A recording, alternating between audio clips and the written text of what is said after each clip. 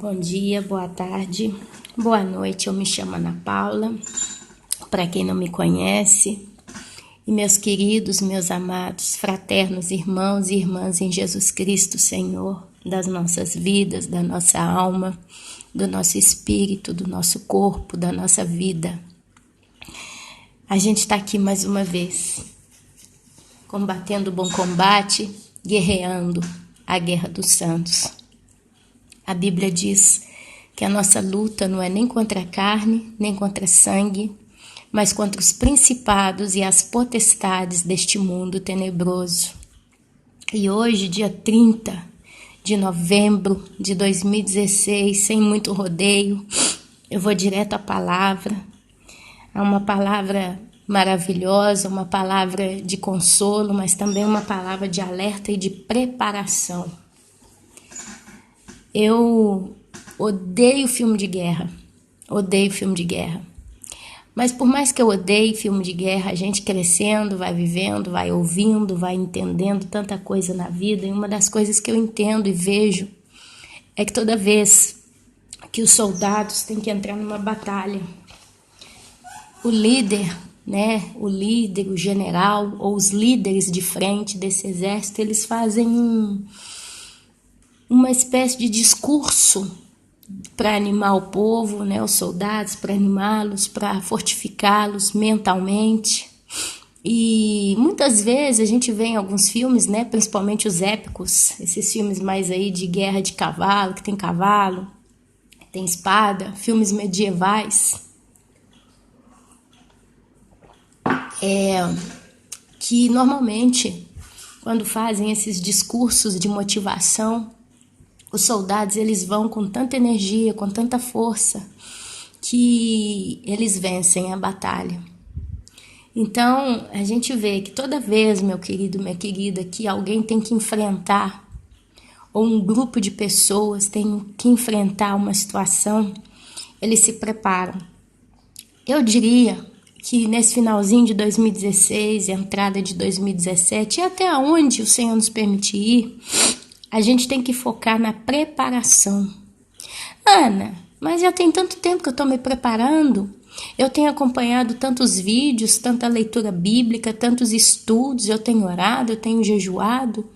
E eu glorifico a Deus, minha querida, meu querido, pela sua vida. Mas sabe o que é? Nunca é o bastante. Nunca é o bastante. A palavra de Deus diz que nós temos que meditar nela dia e noite. A palavra de Deus diz que nós temos que louvar a Deus, caminhando, pelo caminho a gente vai falando das coisas de Deus, fala com as crianças, fala com os filhos, fala com aqueles que estão conosco. E é assim, meus queridos, que a gente vai. Porque o pecado, ele está em nós. Sabe, às vezes quando a gente peca, a gente comete algo pesado, a gente acha que é só perdoar, a gente acha que é só falar, a gente acha que é só perseverar, mas não é bem assim não. Olha só, ontem, eu vou beber um golinho de chá aqui, meus amados, que tá um frio aqui no sul da Itália, hoje tem um vento, parece que corta, igual faca, o nariz tá congelado. Eu vou tomando chá quente para ajudar a esquentar a camomila, chá de camomila esquenta bastante. Mas olha só, ontem, às 3 horas da tarde, eu tinha que levar meus 2 filhos para a escolinha de futebol. E eu fui varrer a escada, eu moro no 4º andar, onde eu moro. Fui varrer a escada. Meu esposo tinha descido um pouco antes, porque era 1 hora da tarde. E ele entrou na casa da irmã dele. Foi tomar um cafezinho, ficou ali conversando, numa boa e tal. E eu fui varrendo atrás, e tal. Nisso ele foi trabalhar. E eu parei, falei, a porta tá aberta, não posso simplesmente subir direto, senão parece até que eu tô querendo brigar. Então eu entrei assim, dei um sorriso, tava ela, tava uma tia que mora aqui do lado, conversando. E ali, em coisa de 2 minutos mesmo, porque eu tava com a vassoura na mão, tava para lavar meus pratos ainda do almoço, enfim, eu tinha que correr 1h30 para 3, passa rápido. E assim, sabe quando você tá sem assunto e você chega num lugar e você precisa, para ser simpática, tocar em algum assunto qualquer? Foi onde eu falei que foi feita uma inauguração de um ginásio aqui na minha cidade, né? Um ginásio coberto. E como a escola ontem participou, levou a criançada toda para esse ginásio de manhã e eles, por volta de 1 hora, entraram, né? Vieram embora. Aí eu toquei no assunto, né? Que inauguraram o ginásio e tal. Inaugurou e tal, e tal, e tal. E aí, espontaneamente, uma conversa puxa a outra. E eu falei, porque agora às 3 horas da tarde eu vou levar os meninos para a escolinha de futebol, vai fazer lá. E nisso ela virou e falou, que hora que é que você vai? Eu falei, eu vou 3 horas, 3 e pouquinho. Não, porque se for assim eu vou com você, porque eu tenho que levar meu menino no pediatra.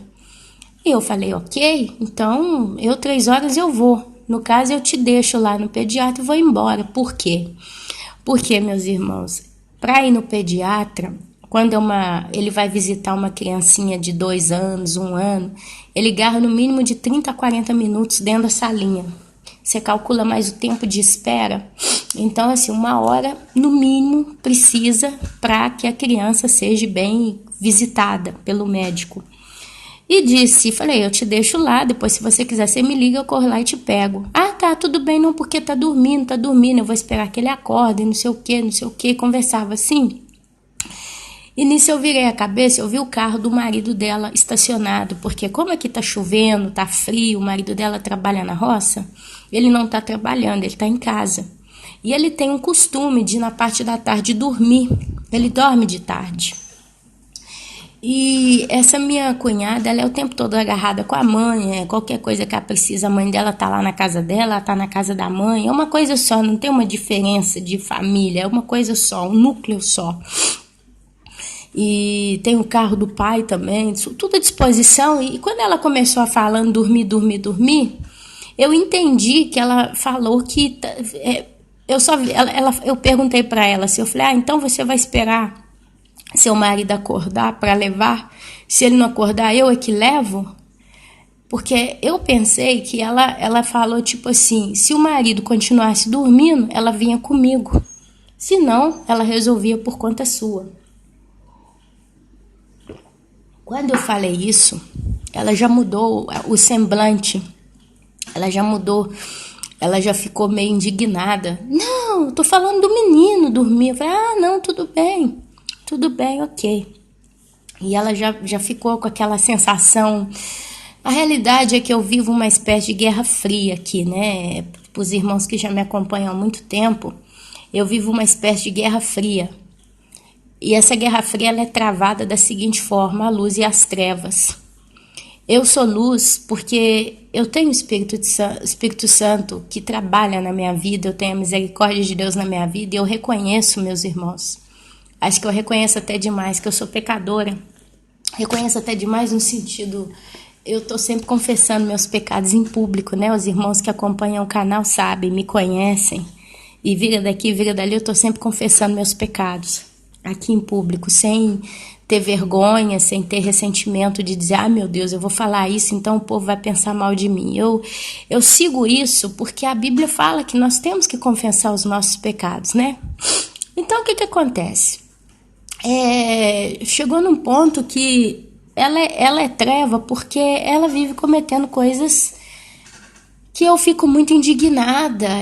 Uma mulher com 2 crianças pequenas, uma de 4 anos e uma outra de 2 aninhos, e ela às vezes está com o menino assim sentado na frente dela com um cigarro na mão, e só de entrar dentro da casa dela, às vezes eu chego na minha casa, eu estou fedendo a fumaça de cigarro, eles não estão preocupados se a criancinha está absorvendo isso ou não. Tem tanta coisa que eu vejo errada. Foi outro dia, estava ligada a televisão na casa dela, um desenho animado, acho que é o Winx. Não sei se passa no Brasil esse desenho. E a criança, os filhos dela caminhando na casa fora, e aquela televisão ligada. E eu fiquei olhando as imagens desse desenho. É um desenho passado no fundo do mar, parece, eu não entendi bem.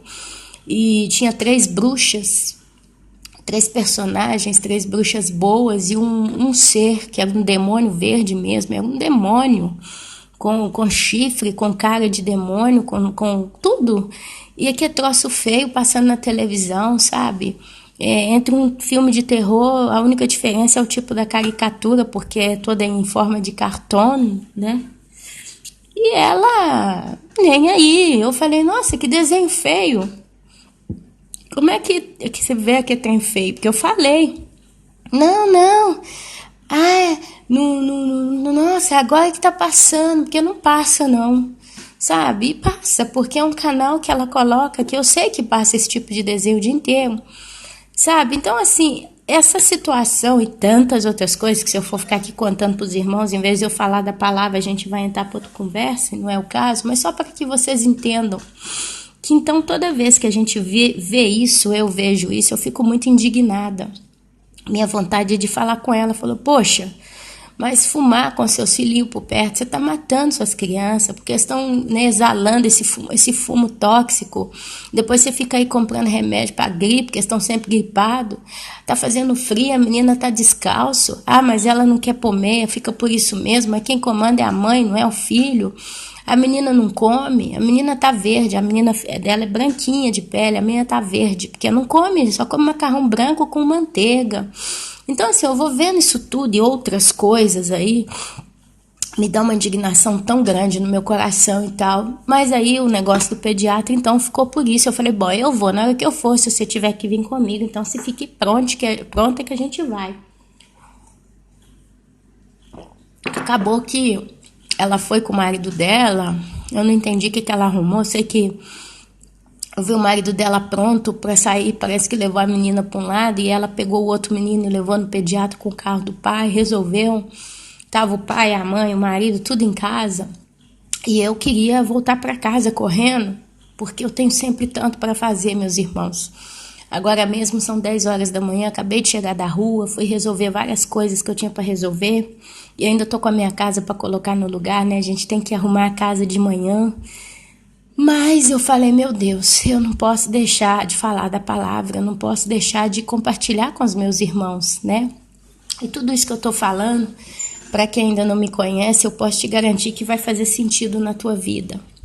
O que acontece? Até então, ela explicou que então quem dormia era o menino, que ela estava esperando o menino acordar, não era o marido, apesar que o marido estava lá para dentro, parece que dormia também. Eu vim embora para casa, passou o dia inteiro, o resto da tarde, né? Já era 3 horas da tarde, passou o resto do dia. De noite é onde eu acredito que eu pequei. Quando foi à noite, meu marido e eu jantando, meus meninos sentados na mesa, eu conto a história pro meu marido na frente dos meus filhos, coisa que eu não tenho que fazer, por mais que eu tento falar codificado, mas eu sei que tá errado, né? E eu contei pro meu esposo, e meu esposo, poxa, mas o marido dela não trabalha, tá dormindo, por que ainda tem que vir? Eu falei, pois é. E eu falei pro meu esposo a história, porque eu vou ficando indignada, e quando eu converso com ele, é como se eu tivesse uma esperança que de algum modo ele pudesse resolver isso para não repetir, para não acontecer mais. Situações que muitas das vezes ela pode se virar sozinha, ela tem tudo e ela acomodada, quer encostar em alguém, né? Então, assim, a gente fica sem poder dizer não. Então, quando eu falo pro meu marido, que é o irmão mais velho, eu tenho essa esperança lá no fundo, quem sabe ele vai dar um basta, né? Ele vai dar um basta, né? De um modo. É aonde eu falo para ele. E ontem à noite, o que acontece? A língua estava coçando. Para falar e eu estava desesperada, eu precisava falar com ele. Depois que eu falei, eu senti como se uma coisa tivesse, um peso, né? Tivesse sido tirado do meu coração. E no final eu fiquei satisfeita na carne, mas fiquei chateada no espírito. E foi ali que eu entendi de um modo muito profundo essa passagem quando o apóstolo Paulo conta que a carne milita contra o espírito contra a carne. Porque no frigir dos ovos, eu, depois de ter falado para o meu esposo, não resolveu nada, não deu em nada, não aconteceu nada, não mudou nada. E eu fiquei satisfeita na carne, mas fiquei triste no espírito. Eu fiquei chateada. E é por isso que eu parei e falei, meu Deus, me ajuda porque eu preciso encontrar um modo de estar separada cada vez mais. Eu preciso estar separada, porque o que os olhos não veem, o que o ouvido não escuta, o coração não sente, a língua não fala. Se eu tenho nos meus olhos só coisa boa, e se eu tenho nos meus ouvidos só boa voz, o meu coração vai se encher de água boa. Mas se eu me coloco em situações que me geram tantos conflitos internos, eu vou tender a pecar. Eu vou tender a querer esfogar isso de algum modo, porque está na minha natureza e não está legal.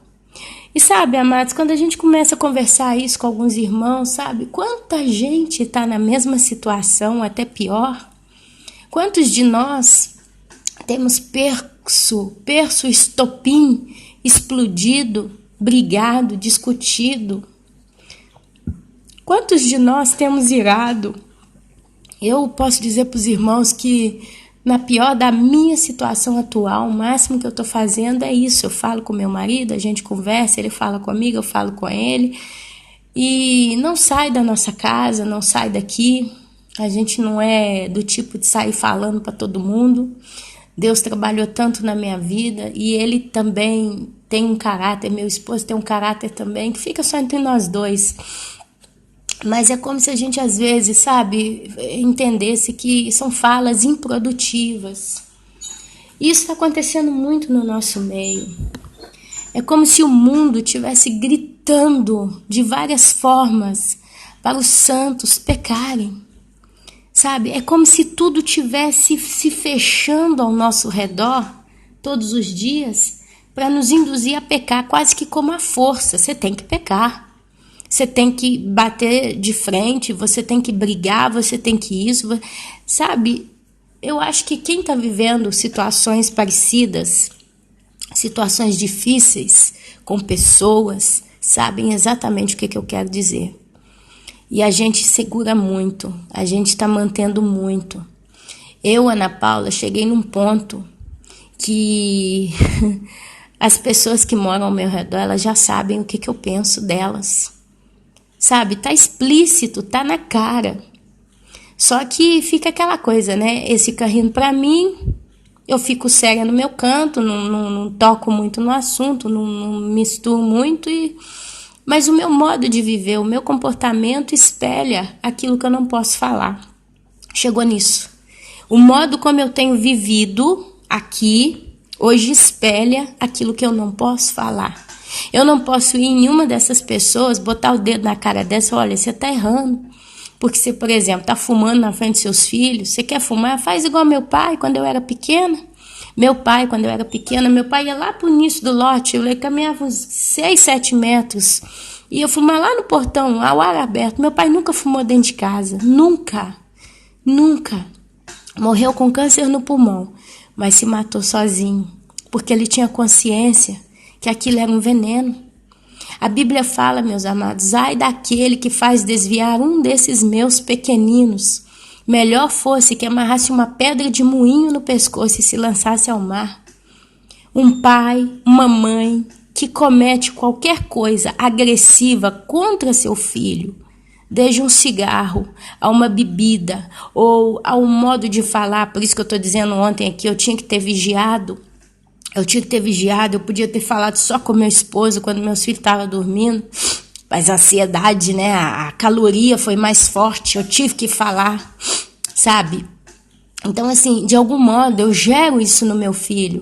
Eu pedi perdão a Deus e eu tenho pedido sempre, é um ciclo, né? Meu Deus, aconteceu de novo, meu Deus, aconteceu de novo, meu Deus, aconteceu de novo, me perdoa, me ajuda. Depois veio pro filho, meu filho não fala da vida de ninguém, mamãe tá aí, tá errando. Eu converso com meus filhos. Quando chegam situações que eu sei que eu pisei na bola, que eu manquei, eu viro para eles e falo, olha, você viu mamãe fez isso, isso e isso? Vi, mamãe. Pois é, eu errei, eu pequei. Eu não gostaria que você fizesse o mesmo, porque eu sou falha. Sabe, eles olham para mim, eles entendem.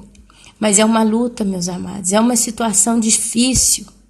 Sabe, tem hora que eu falo, a minha vontade era trancar a porta da minha casa e jogar a chave fora. Já que eu não posso morar numa casinha longe de todo mundo, né? Esse pessoal que tem a sua casinha lá na montanha, que estão ali, saem de fora, estão dentro, estão sempre longe de todo mundo. É maravilhoso nesses últimos dias. Mas, o que a gente pode fazer, né? Eu falo para os irmãos e falo para Deus, Ele conhece o meu coração. Eu conto única e exclusivamente com a misericórdia de Deus. E o que é essa misericórdia de Deus?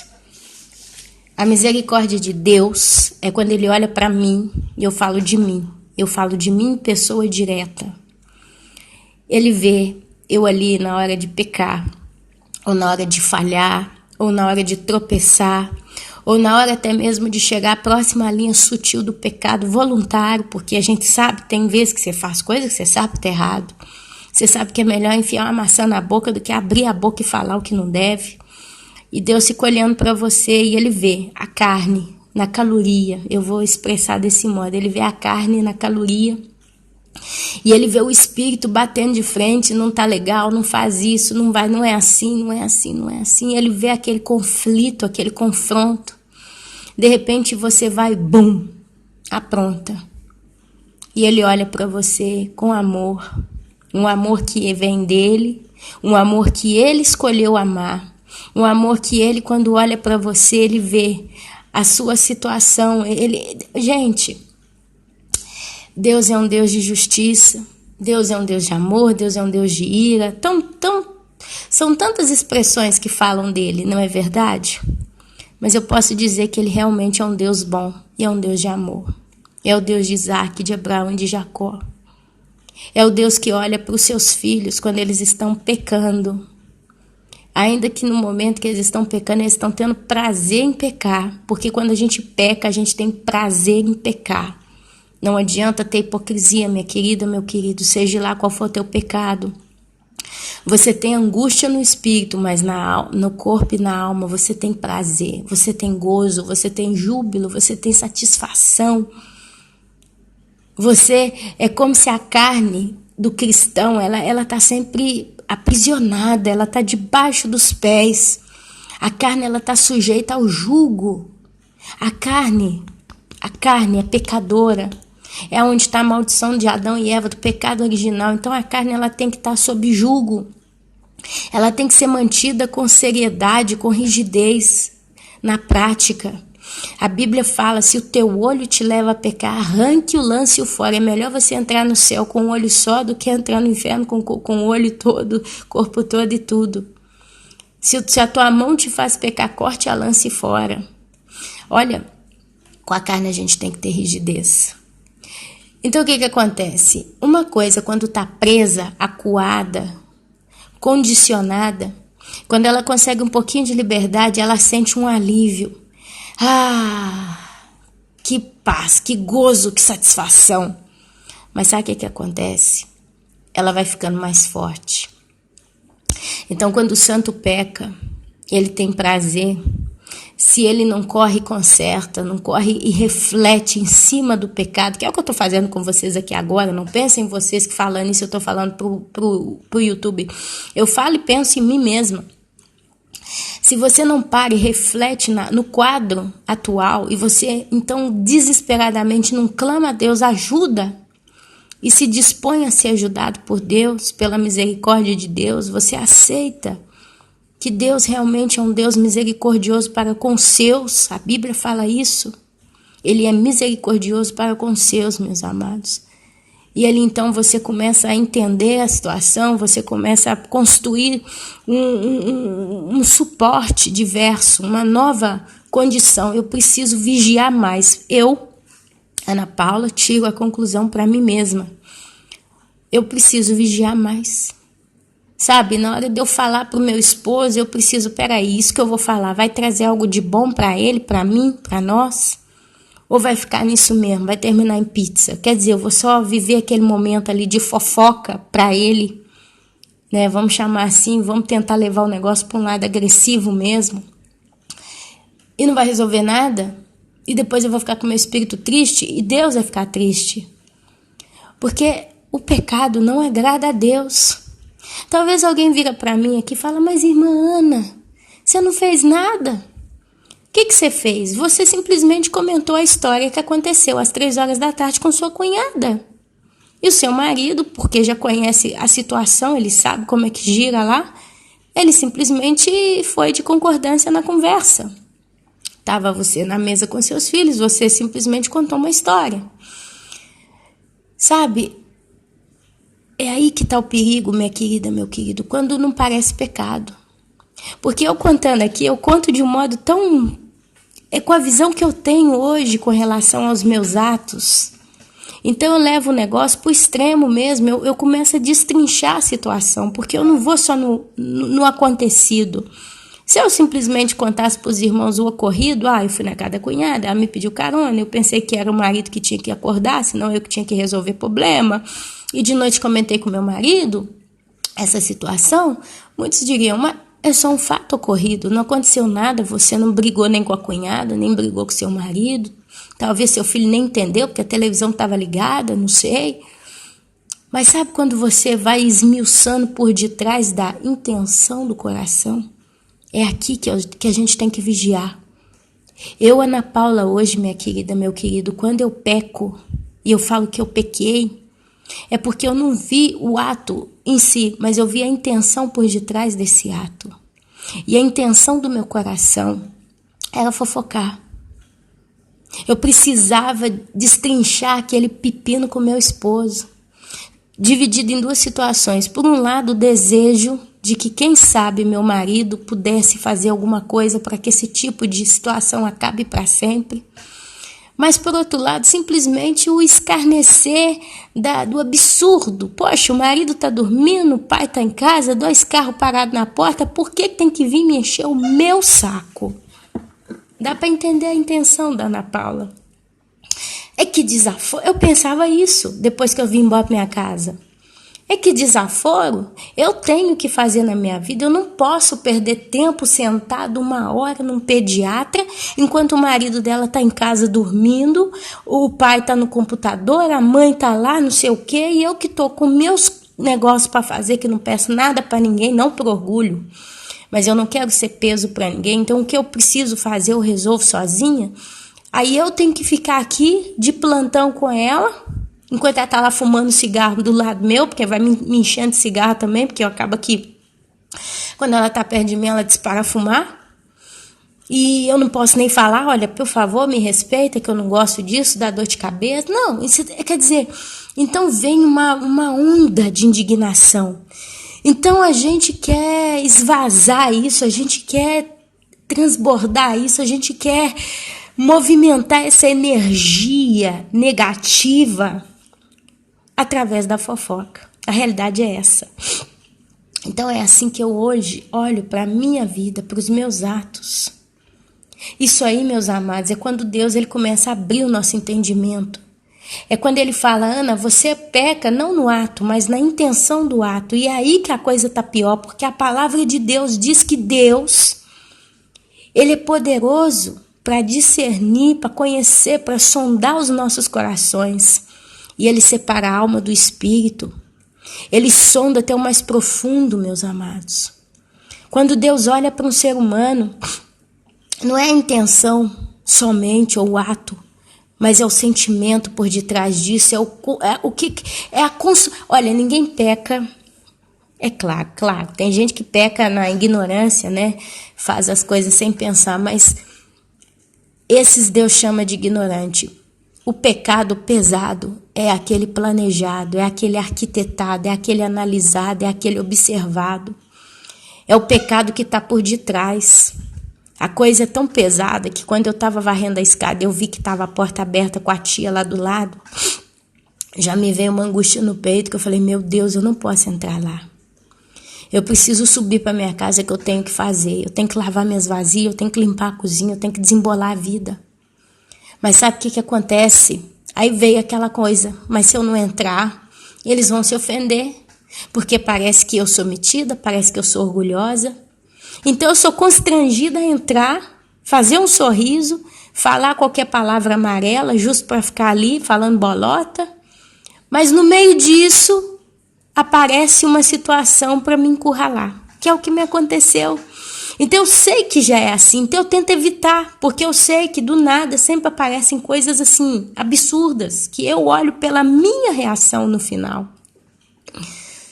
Amados, eu clamo a Deus que me perdoe. Eu, depois que eu faço as coisas erradas, e não sei se os irmãos estão observando aqui no meu modo de falar, mas eu tô puxando a culpa para mim mesma. Eu tô puxando a culpa para mim, porque eu reagi como não devia. Ontem à noite eu devia ter pego a maçã que estava na minha frente, enfiado ela na minha boca e mastigado ela crua, suja, aqui falar qualquer coisa. Porque depois, com o tempo, isso passa. Não sei se vocês já observaram. Quando você quer fofocar, vamos usar o termo fofocar. Quando você quer fofocar alguma coisa, aquele troço vai fervendo, fervendo, fervendo. Parece que vai ganhando força dentro do teu coração. Parece que vai impulsando e pum, pum, pum. Parece que chega uma hora que tem que arrebentar. Se você não fala, arrebenta. Mas é uma prática de um exercício que a gente tem que aprender. Eu falo, gente, que eu sou a primeira da fila. A gente tem que aprender a digerir essa coisa. A gente tem que aprender a digerir essa coisa. E tem uma frase que diz que o tempo é o melhor remédio para fazer com que tudo passe. Meus amados, quando alguém morre, e a gente ama muito essa pessoa que morreu, quando essa pessoa morre, parece que você está morrendo junto com ela, parece que você não vai sair mais desse buraco, parece que você não vai ter mais esperança na sua vida. Você morreu, acabou. Não tem mais sentido viver. Mas o que acontece? O tempo passa. Passa um dia, passa uma semana, passa um mês, passa um ano. Só que depois de um tempo, que é um tempo que cada um de nós tem em particular para certas situações, chega um momento que você olha para trás e a dor que você sentiu no momento, que você não acreditava, você... Sabe, são notícias tão pesadas que a gente não consegue acreditar, não quer acreditar, não consegue ver aquilo.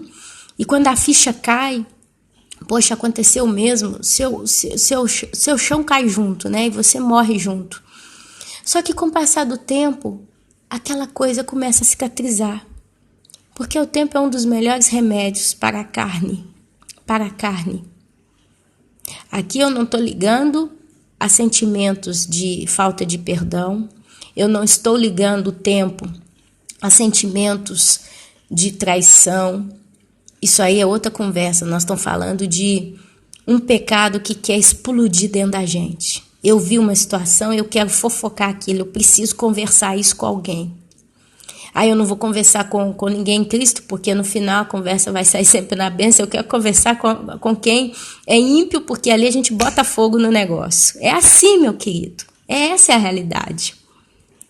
A gente quer botar fogo, a gente quer botar fogo. A gente quer ver o negócio explodir mesmo. É a realidade. E ali, o tempo, se você segura um dia, segura 2, segura 3... e procura se empenhar com outras coisas, devagarzinho você esquece. Eu, Ana Paula, estou numa situação que esse tipo de problema tem me acontecido raramente. Eu posso confessar para os irmãos. Virou uma raridade na minha vida. Porém, eu posso dizer para os irmãos que o pouco que acontece, algumas vezes eu consigo segurar a onda e pelo tempo isso passa. E alguma vez eu acabo falando. Então eu diria que eu estou 50% conseguindo combater positivamente contra esse problema e 50% caindo nele. Mas tenho observado que com o passar dos anos está reduzindo muito, está melhorando muito, está passando, porque eu tento cada vez que acontece, eu procuro construir uma estrutura mais forte para mim, para minha proteção, para minha própria segurança. E o modo, muitas das vezes, do meu modo de responder a essas pessoas acaba mostrando para elas que eu não sou palhaça, que eu não sou boba, que eu não estou no jogo deles. E aqui eu falo no geral, meus amados. Tem muita gente oportunista. Aqui eu estou tirando a minha cunhada. Aqui eu coloco um cerco geral. Nós, se você, onde você mora, onde você vive, onde você trabalha, você parar para analisar, você está cercado de pessoas oportunistas. Pessoas que, de um modo ou de outro, elas querem sempre ganhar nas suas costas. Nem que seja uma bala, elas querem sempre aproveitar, elas querem sempre ganhar. E se você parar para analisar a sua vida hoje, você vai estar chegando à conclusão que tem 2, 3 pessoas sempre querendo sugar algo de você. E essas pessoas, elas sugam aquilo que elas querem, mas elas tendem a querer sugar também a tua santidade. Então é onde você começa, meu querido, minha querida, a pedir a Deus, me dá maturidade para responder a essas pessoas à altura. Eu ontem, no pior de tudo, eu falei para ela, eu falei, eu te levo, eu te deixo lá e eu vou embora. Depois você me liga, eu vou e te busco. Como quem diz, eu não estou à sua disposição por 1 hora para ficar sentada ali te esperando, porque eu tenho que fazer da minha vida. Meus amados, alguém diria, Ana, mas foi crueldade, e se ela realmente precisasse de você? Eu posso dizer uma coisa para você, minha irmã e meu irmão. A gente sabe quem precisa de verdade da gente. Ainda que seja a pessoa oportunista, a gente sabe discernir quando ela realmente precisa de você e quando ela não precisa de você. Você sabe quando a pessoa está em aperto. Várias vezes eu já ajudei ela, porque ela realmente estava em aperto, porque ela não tinha a quem pedir. O pai e a mãe saíram, foram resolver os problemas deles e só voltaria 12h, 1h da tarde. O marido foi trabalhar e ela estava assim, com 2 crianças, precisando resolver alguma coisa e não tinha a quem pedir. Eu fui a primeira sempre a me colocar à disposição. Porém, tem isso. Se ela precisa mesmo, a gente está à disposição. Mas se ela está, de algum modo, querendo passar o tempo dela de um modo... não. A Bíblia fala que nossa resposta, nosso modo de falar tem que ser sim, sim, não, não, meus irmãos. A gente tem que fazer com que as pessoas que estão ao nosso redor, elas entendam que você é uma pessoa séria, que você é uma pessoa que tem o que fazer da tua vida. As pessoas, elas não podem pensar que você precisa dela. Quer um outro exemplo? Vamos bater papo. Um outro exemplo é a minha patroa. Todos aqui sabem que eu trabalho num lugar de costura. Quando foi o mês de outubro, essa minha patroa começou a reclamar da crise. A crise, eu não dou conta, tem que pagar imposto, tem que pagar taxa, eu tô morrendo. E começou a chorar.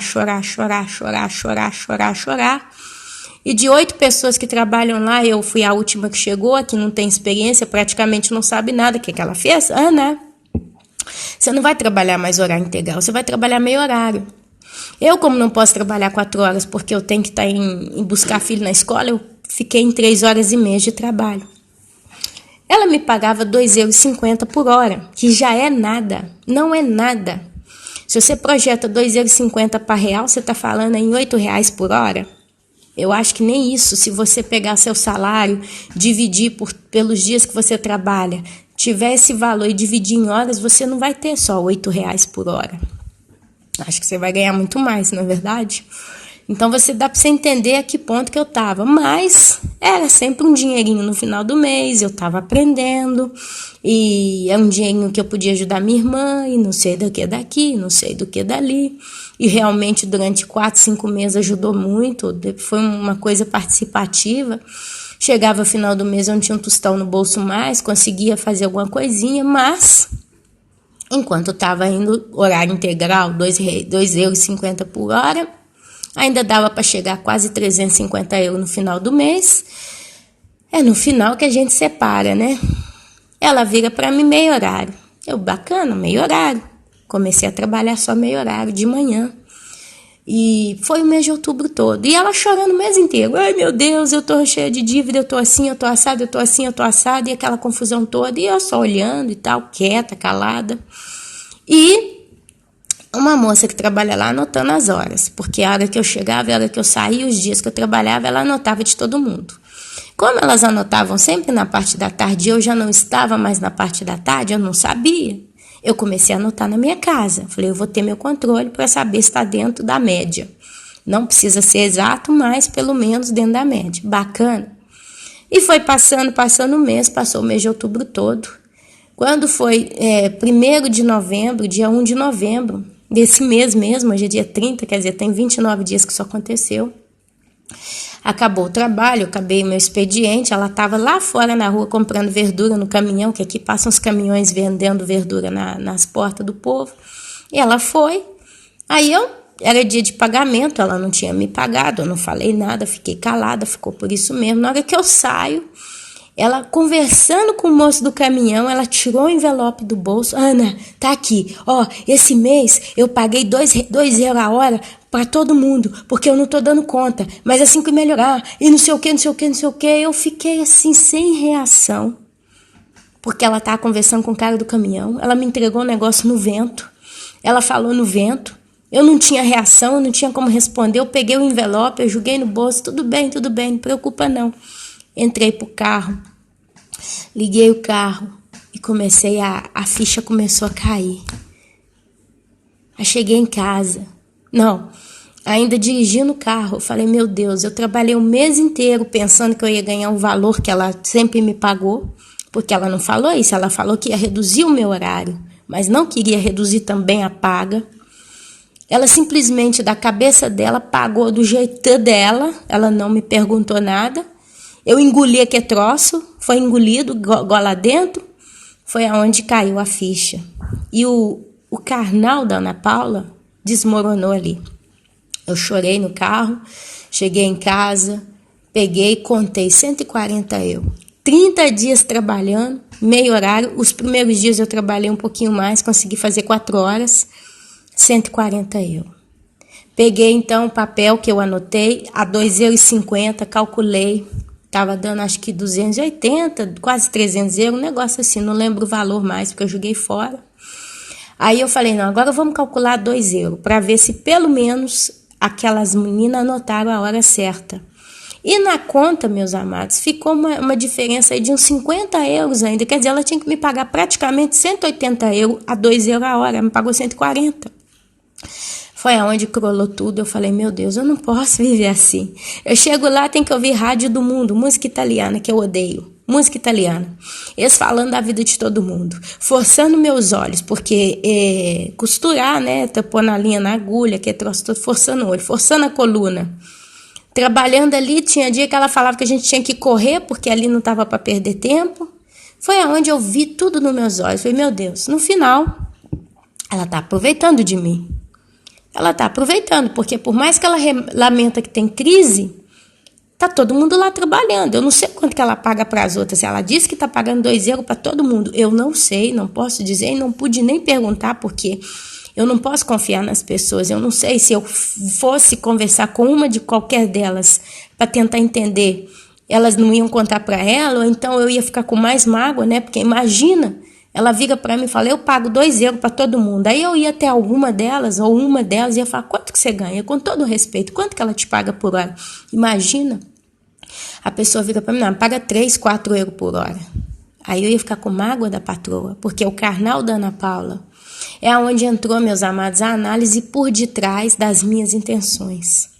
Meu marido ficou indignado, eu fiquei indignada, fiquei muito triste com ela, porque eu falei, meu Deus, ela acha que eu tô aqui porque eu preciso. Precisar eu preciso, porque a Itália está em crise, meu marido trabalha e ele sozinho segura a onda. Mas isso não quer dizer que é por causa disso ela pode fazer do jeito dela. Fazendo de conta que é boazinha, que quer me ajudar, mas está me explorando, porque eu tô lá trabalhando do mesmo jeito. Foi aonde eu liguei para ela. E eu disse para ela, falei, olha, eu preciso trabalhar para o meu marido. Meu marido, agora nessa situação, já que você... Eu nem toquei em valor de dinheiro de nada. Eu falei para ela, olha, já que você está passando por um mês difícil, né, está em crise, meu marido, porque se eu falasse ela não ia aceitar. Eu falei, meu esposo falou que é melhor eu ajudar ele, que eu valho muito mais ajudando ele com o trabalho dele do que trabalhando com você. E no final da conversa, ela falou, não, então vou fazer o seguinte, eu te dou o mês de novembro, você fica em casa, tenta ajudar seu marido e depois a gente conversa. Eu, para não fechar a porta, porque eu tava já... A gente não sabe como reagir, né? Porque a pessoa, por mais que ela tá olhando pro bolso dela, ela é boa de coração. Eu fiquei constrangida, falei, vamos ver então. E aí, então, ela ficou de me ligar, né? Espero que ela não me ligue agora no mês de dezembro, porque eu vou ter que tentar manter o ritmo que eu estou mantendo, eu estou em casa. Eu estou estudando para me trabalhar dentro de casa, eu estou mexendo aqui com o YouTube, eu estou fazendo as minhas coisas. Agora são 10h30 da manhã e eu olho todos os dias para o relógio, 10h30, 11h, meio-dia, parece que eu não fiz nada, porque eu sempre tenho tanto para fazer. Mas uma coisa é certa, eu vi aquele papel que fica pendurado na geladeira, com aquela cifra justa. Aquilo toda hora que eu olhava, me vinha no coração um aperto. Depois de 3 dias passados, 2, 3 dias passados, eu peguei aquele papel e joguei no lixo. Eu falei, eu não quero lembrar desses valores, porque aqui tá coisa limpa. Ela jogou sujo comigo. Ela nem me perguntou, tá certo, Ana? Anotaram direitinho as suas horas? Você tem o controle pra gente comparar? Não. Aquilo que entregou pra ela tá bom. E se eu falasse para ela que tá errado, olha aqui, eu anotei, não, é impossível, porque ela tem essa mania. Aqui é impossível alguém errar, todo mundo é preciso. E aquilo ia gerar o quê? Raiva no meu coração, indignação, e eu ia brigar, meus irmãos. Tá dando para entender como é que eu consegui analisar esse lado? Eu conhecendo já o caráter da minha, quero chamá-la de ex-patroa, conhecendo o caráter dela, eu já sabia como é que a história ia terminar. E eu ia sair o quê? Manchada com Deus. Porque eu ia irar, eu ia xingar, e ela ia me colocar como eu estando errada, sempre, porque o orgulho fala mais alto. Então, meus queridos, por que eu estou contando essas histórias aqui? Em primeiro lugar, meu querido, minha querida, para que você que está me escutando, você entenda que nós vivemos em um mundo que nós temos contato com pessoas ímpias. E as pessoas ímpias, por si só, elas estão sujas de pecado da cabeça até os pés. Se você pegar uma criança, essa criança sair para brincar e começar a rolar na terra, na lama, e ficar toda suja de chocolate, comer e sujar. Se você encosta naquela criança, ou simplesmente aquela criança vem para o seu lado e encosta em você, ela te suja. Então os ímpios são como essa criança, eles estão completamente sujos da cabeça aos pés. E você então tira uma conclusão. Toda vez que você está em contato com uma pessoa ímpia, a tendência é você se sujar. Voluntária ou involuntariamente. A tendência mais cedo ou mais tarde é você se sujar. É onde você me perguntando, então o que eu faço? Eu abandono todos os ímpios que estão ao meu redor? Não, porque Deus não mandou a gente abandonar os ímpios. Deus manda a gente não se assentar na roda dos escarnecedores, mas manda amar os nossos inimigos. E eu confesso para os irmãos com muita sinceridade, de muita mesmo, eu não amo a minha cunhada. Eu não amo ela. Porque amar é você querer bem, é claro que eu quero o bem dela. Gente, todo dia a minha esperança é que ela mude. Agora, se eu posso chamar só isso de amor, então eu diria que eu a amo. Mas eu não suporto estar perto dela. Não porque ela, mas porque os atos dela estão sempre como uma onda nova vindo em confronto ao meu princípio de caráter.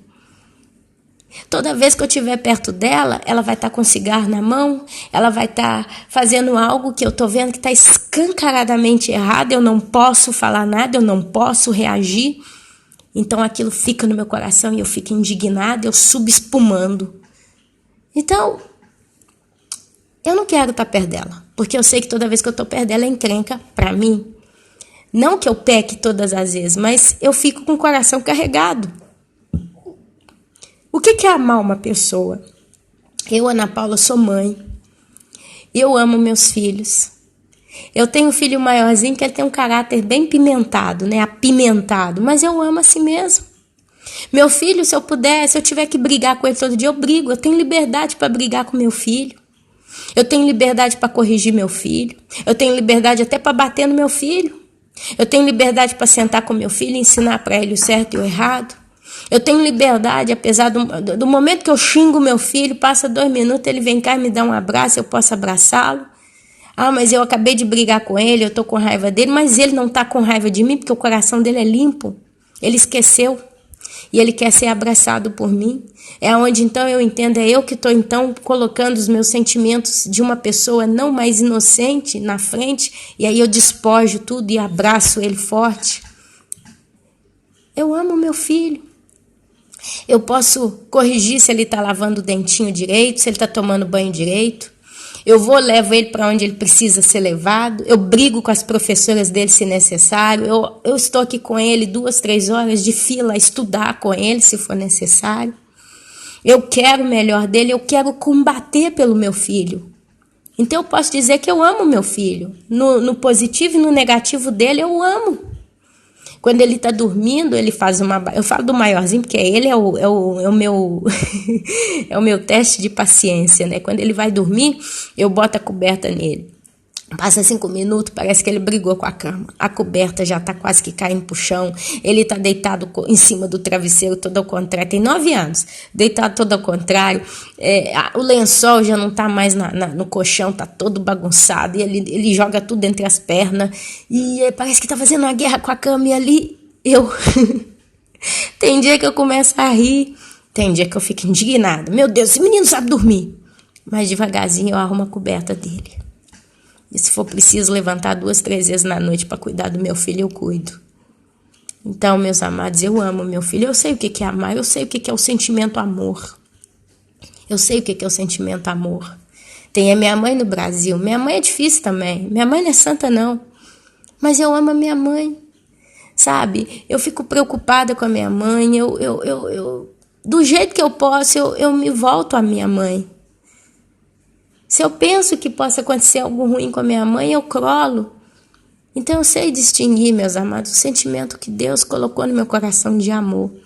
E infelizmente eu confesso ao vivo aqui, porque eu sei que muitas pessoas que estão me ouvindo também não amam seus inimigos.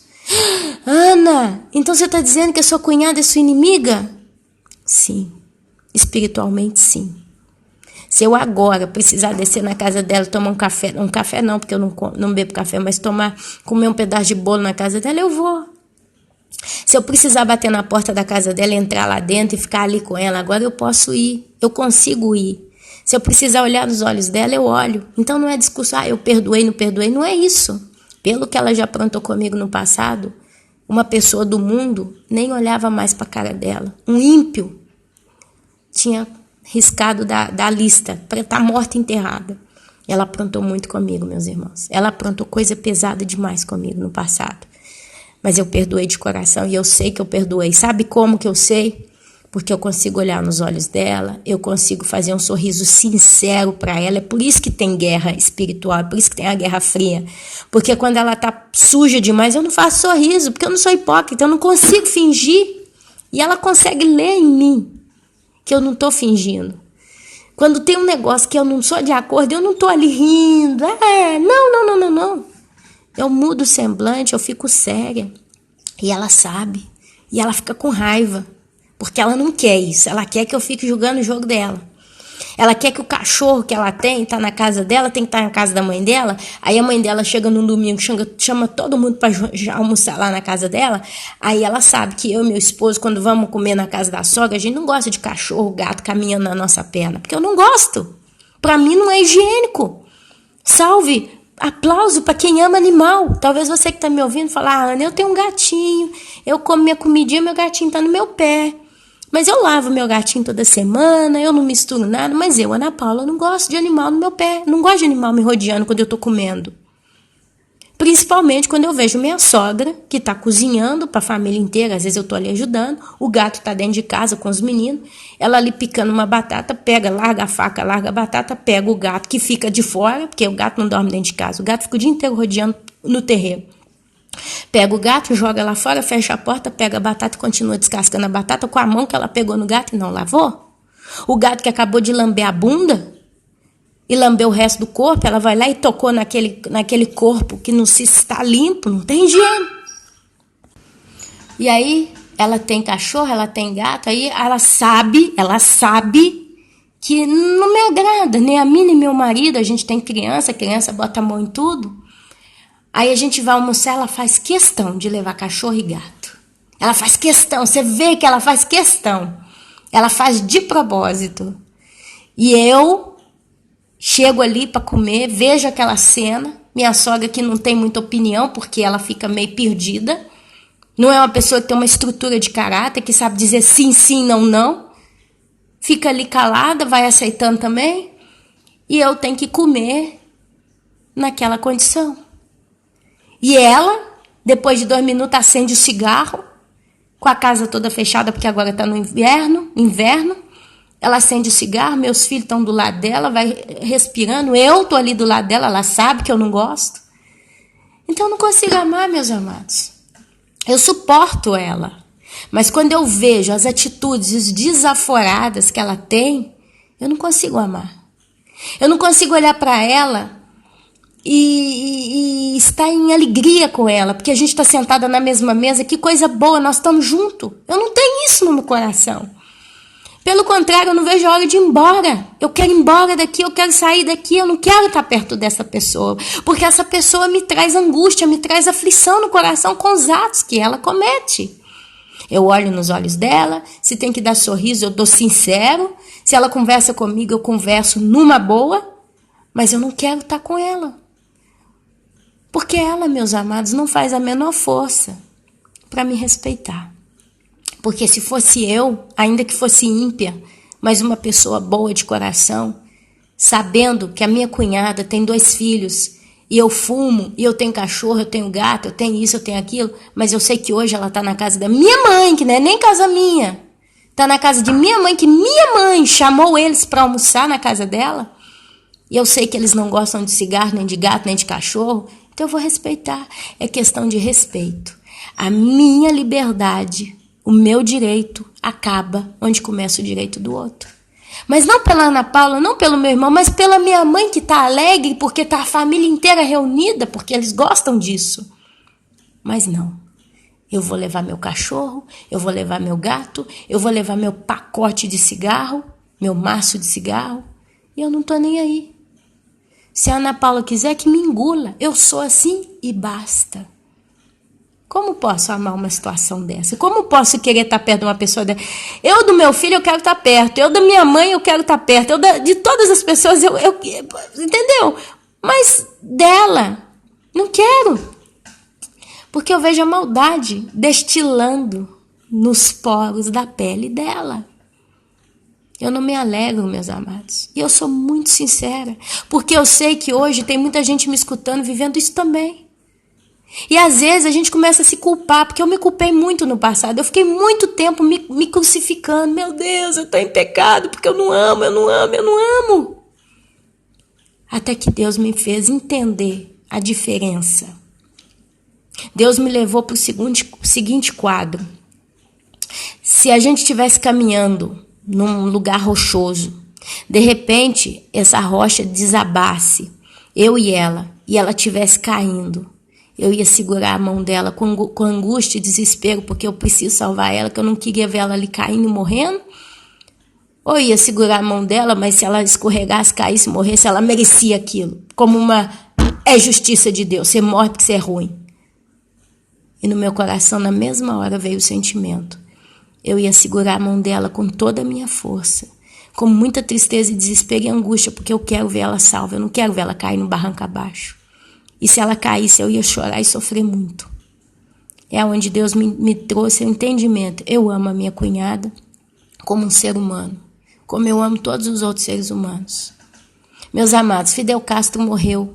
Eu não derramei nenhuma lágrima pela morte dele. Mas eu posso dizer que se alguém falasse pela internet, pela televisão, pelo rádio, de algum modo chegasse até mim um vídeo mostrando Fidel Castro antes de morrer, aceitando Jesus em meio às lágrimas, eu choraria junto. Porque eu ia ficar muito feliz que Deus teve misericórdia dele e ele se foi salvo e ele foi para o céu, apesar de ter sido um carrasco. Dá para entender? Meus amados, uma pessoa do ISIS que está estrupando, matando, decapitando crianças hoje no Oriente Médio. E se chegasse um vídeo dessa pessoa fazendo essas barbaridades, e logo depois o mesmo vídeo mostra essa pessoa com uma bala no corpo, morrendo, sabendo que vai morrer. E aí chega um cristão para essa pessoa, pega na mão desse assassino criminoso, fala de Jesus. E esse criminoso olha para essa pessoa com lágrima nos olhos e se arrepende genuinamente, aceita Jesus. Eu choraria de alegria por esse assassino. Eu não ia ficar indignada. Tá vendo? Fez maldade a vida inteira e ainda foi pro céu. Não. Eu choraria de alegria.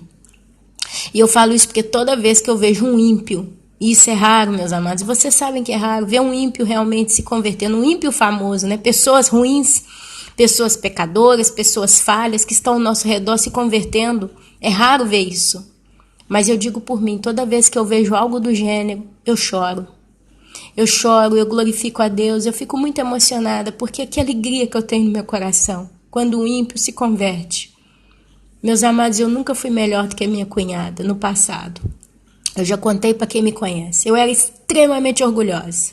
Era egoísta. Eu era egoísta, meus amados. Eu tinha um nível de egoísmo que eu vejo Deus olhando para mim no passado, sabe? Deus tinha náusea quando olhava para mim, de tanto que eu era egoísta. Aprontava, achando que eu tinha razão. Sempre. Fui capaz de roubar da minha tia o telefone. Eu morava com ela porque meu pai me tirou de casa, porque eu e meu pai não andava de acordo, ele queria que eu não saísse, eu queria sair, porque eu já tinha 18 anos, eu quero sair, eu quero trabalhar, eu quero estudar, eu quero sair para minhas discotecas, eu quero fazer minha vida, e aí? E tanto conflito, meu pai bebendo, aprontando também, basta, eu vou sair de casa, não dá, saí de casa, fui morar com a minha tia. Minha tia abriu a porta da casa dela para mim, eu trabalhava. Minha tia trabalhava também, graças a Deus, tem um emprego muito bom até hoje. E proporcionava comprar coisas para ela, perfume, pagava seu telefone e tal. O que eu fazia? Minha tia saía para trabalhar, o telefone ainda era aquele de disco. Você já viu aquele telefone de disco que você ia botando o dedo e discando? Eu descobri um modo para telefonar, porque ela trancava o telefone. A conta vinha cara, ela trancava o telefone. Ela não confiava em mim. Na época eu ficava com raiva dela não confiar em mim. Hoje eu fico com alegria de saber que ela não confiava em mim, porque eu não era de confiança mesmo. Ela mal virava a esquina, eu pegava o telefone e começava a ligar. Eu descobri um meio de discar o telefone sem discar ele trancado. Eu conseguia ligar. E eu ligava. Eu usava o telefone. Ligava pro celular dos outros. Escondia, achando que era escondido dela. Tomava meu banhozinho na casa da minha tia. Ia lá nos creminhos caros dela, passava no meu cabelo, passava o perfuminho dela, passava o creme perfumado dela, achando que estava fazendo escondido. Então, meus amados, como é que eu posso achar que eu sou grande coisa? E eu digo para os irmãos, eu digo de todo o meu coração. A minha sorte, e eu não gosto de usar a palavra sorte, mas a Bíblia fala de sorte, então eu posso usar. Mas a minha sorte foi porque Deus não permitiu que eu tivesse sucesso na minha juventude, com trabalho, com namoro, com nada. Porque um só sucesso que eu tivesse tido, por exemplo, no trabalho, se eu conseguisse trabalhar fluentemente, ter uma renda mensal constante, só isso ia tirar do caminho do Senhor, porque eu ia ganhar, eu ia confiar na força do meu braço, e eu ia só piorando. Se Deus tivesse permitido que eu, Ana Paula, não prosperasse, ficasse rica, mas simplesmente continuasse trabalhando e trabalhando bem todo mês, seria o suficiente, meus amados, para nesse exato momento em que os irmãos me escutam, em vez de eu estar aqui, eu estar no inferno, queimando. Porque uma grande amiga minha morreu num acidente de carro, num carnaval, 13, 14 anos atrás. E ela não era melhor ou pior do que eu. Era uma gracinha de pessoa. Bonita, gentil, educada, humilde. No momento em que toda a família olhava para mim com desprezo, eu era pobre, ela veio de fora, olhou para mim com amor e me acolheu e falou: você vai ser minha amiga. E me arrastava com ela para cima e para baixo. Anos depois eu soube que ela foi passar o carnaval com o namorado. Estava ela, o namorado, no banco da frente, um casal atrás, indo viajando para outra cidade, saindo de Belo Horizonte para outra cidade. O namorado foi fazer uma ultrapassagem, veio um caminhão e bateu de frente com eles. Ela não teve tempo. Morte instantânea. Podia ser eu naquele carro com eles, amados. Quantas vezes eu saí com essa amiga? Quantas vezes? Ela me levou para dormir na casa de uma tia dela, para a gente ir lá na cidade da tia. E eu fui, passei um final de semana ali. Foi um belíssimo final de semana, muito gostoso realmente, uma casa de família. Ela podia ter continuado a amizade, mas Deus separou. Deus separou a minha amizade com ela. Porque eu podia estar naquele carro, indo viajar com eles no carnaval. Quantas vezes eu pensei isso? Vocês não têm ideia de quantas vezes eu pensei isso. Mas Deus teve misericórdia da minha vida e não me deixou prosperar no trabalho, não me deixou prosperar em certas amizades. E aquilo que eu prosperei na minha vida, porque eu nunca prosperei em nada, mas aquilo que por uma semana, um mês, 2 meses deu certo, depois me feriu o coração. E eu vim pela dor para os caminhos do Senhor. Então eu não posso, meus amados, aqui me sentir superior à minha cunhada, porque eu não sou. Ela está no tempo de maldade dela, eu passei do meu tempo de maldade. Mas a diferença é que eu não suporto os atos dela. E eu, sinceramente, acho que eu amo ela pelo exemplo do morro dela caindo. Eu seguraria a mão dela com muita tristeza e desespero. Eu não ia ter prazer na morte dela. Eu não teria prazer na desgraça dela. E eu digo de muita sinceridade, se eu visse aqui hoje, na vida dela, na família dela, na casa dela, é casada, tem 2 filhos, se eu visse fome, doença, alguma desgraça rodeando a vida deles de verdade, eu sofreria por ela, ou por marido dela, ou pelos filhos dela. Então eu não acho que eu não ame ela, mas uma coisa eu posso dizer, eu não amo os atos dela. Então, meus amados, eu convido, já que a conversa foi para esse lado, hoje a gente bateu um papo, eu convido os irmãos a refletir sobre a própria vida. Eu falei da minha vida, eu coloquei o meu caso, eu coloquei os meus exemplos. E eu espero que isso sirva para você lembrar da tua própria vida. Você substitui a minha cunhada por esta pessoa que está na tua vida. E com os atos desta pessoa, ela tem te trago tanta confusão, tanta incontentação, tanta indignação no teu coração. E orar ao Deus Todo-Poderoso, falar, Deus, mas eu amo essa pessoa ou eu odeio? Eu tenho que perdoar essa pessoa ou não tenho que perdoar? Eu tô com a ideia muito clara na minha cabeça, meus irmãos. Eu, Ana Paula, tenho a ideia muito clara e tenho paz no meu coração, porque são anos que isso se arrasta. São 11 anos que isso aqui tudo se arrasta. Mas eu tô em paz. Se eu tiver que ir na casa dela agora, eu posso ir. Se eu precisar dar um abraço nela agora, eu posso dar. Se tiver um motivo genuíno, sincero para abraçá-la, eu a abraço. E eu não abraço ela com falsidade. É por isso que eu tenho problema com ela, porque eu não sou falsa. E ela percebe isso. A Bíblia fala que a luz e as trevas não podem se misturar. E eu entendo que esse atrito gera indignação no meu coração e desaforo no coração dela. É onde a gente começa a discernir todas as coisas.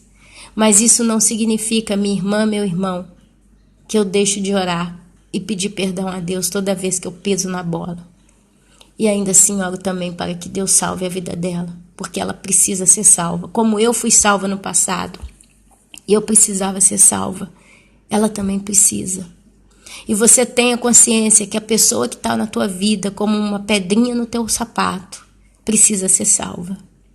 E eu posso dizer para você que é só a misericórdia de Deus para salvar essas pessoas. Assim que foi só a misericórdia de Deus para salvar você mesmo. Não se sinta melhor do que, eu fui mais honesto, fui mais correto do que a pessoa tal. É por isso que Deus me salvou. Não. Não existe um justo, um só sequer. E ainda que você é uma pessoa muito certinha, corretinha, perfeitinha, a melhor das suas obras diante dos olhos de Deus é como um trapo de imundícias.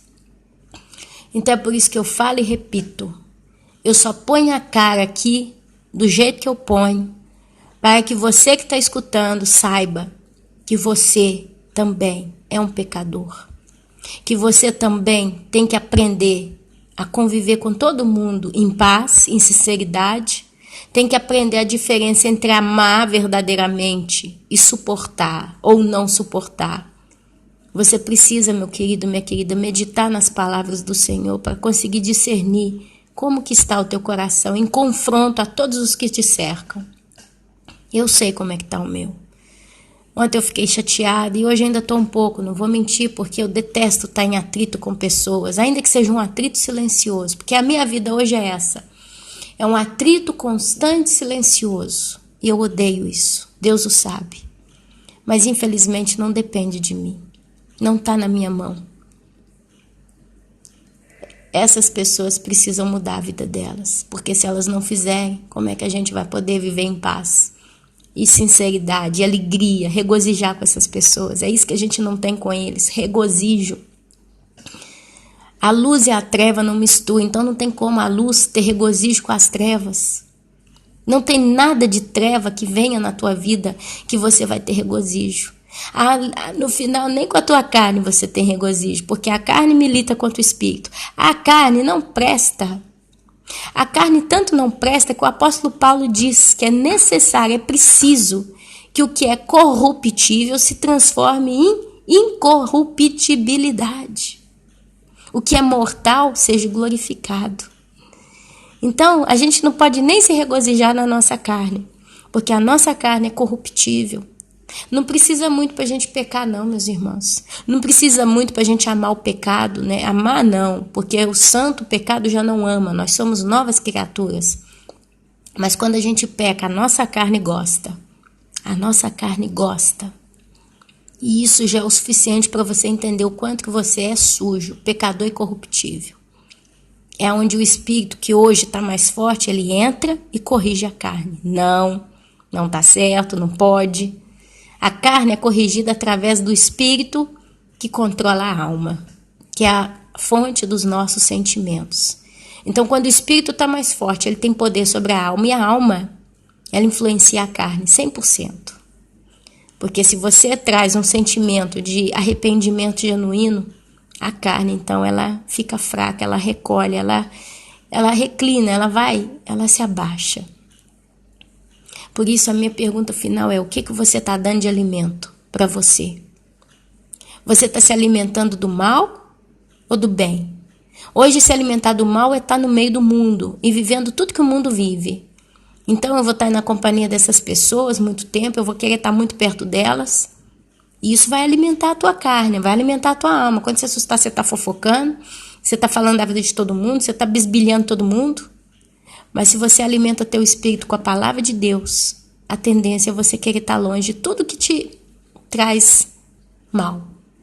Muitas das vezes é por isso que a gente não quer estar perto de certas pessoas, porque a gente sabe que dali não flui nada que glorifica a Deus. Pelo contrário, é isso que mostra também que o nosso espírito está prevalecendo sobre a nossa carne. Alimente o teu espírito, minha irmã, meu irmão. Nós estamos entrando num tempo de preparação final. Eu não sei quanto tempo vai demorar para o nosso Yeshua, o nome de Jesus Cristo na língua hebraica, voltar. Eu não sei quanto tempo. Creio que é pouquíssimo, está às portas. Mas seja o tempo que for, saiba que você tem uma garrafa. E essa garrafa precisa ser cheia do Espírito Santo. Parábola de Mateus, capítulo 25, as 10 virgens. Eu espero que o meu desabafo hoje, o meu compartilhar íntimo aqui, não seja fonte de crítica, mas seja fonte de instrução para você. Que você pegue essas palavras e tire o que é bom, retenha o que é bom do que eu falei aqui hoje. Aplique na tua vida, através de uma oração, falando para Deus: Senhor, mostra para mim como é que eu estou realmente. Como é que está meu coração verdadeiramente com as pessoas que estão ao meu redor? Com os meus inimigos espirituais, pessoas usadas pelo inimigo. Porque os ímpios são usados pelo Satanás, pelos demônios. Quanto mais o coração do ímpio é inclinado para determinado tipo de pecado, mais demônio em cima daquele tipo de pecado usa aquela pessoa. Se é uma pessoa que gosta de se prostituir, então os demônios de prostituição vão indo em cima da vida daquela pessoa e vão influenciá-la muito mais, potencializando o pecado dela. Porque os demônios, eles fazem isso na vida do ímpio. Potencializam, fortificam o pecado do ímpio ainda mais. Porque eles vão se alimentando da energia negativa do caráter daquela pessoa pecadora. E quanto mais eles se alimentam dessa energia que é dispersada pelo pecado, mais eles dão as fezes para aquela pessoa. Porque quem come tem que ir no banheiro, não é verdade? O espírito se alimenta do pecado do ímpio. Quando aquele pecado cresce e aquele espírito se alimenta, ele defeca. Essa fezes espiritual defecada por aquele espírito gera força para o ímpio pecar ainda mais. Pensa no que eu falei. Das trevas não vem nada de bom. Satanás veio para matar, roubar e destruir. E ele usa a vida dos ímpios. Assim. Alimenta do pecado deles, do caráter deles, da inclinação do coração deles. E em troca, defeca na vida dessas pessoas. E elas vão pecando e se sujando. Por isso que a Bíblia fala que o pecador, ele é sujo. E a Bíblia fala em Apocalipse, quando Jesus Cristo falou, lavai as tuas vestes. Porque o pecador está sujo do pecado. O pecado é fezes. Os demônios potencializam o pecado dos pecadores.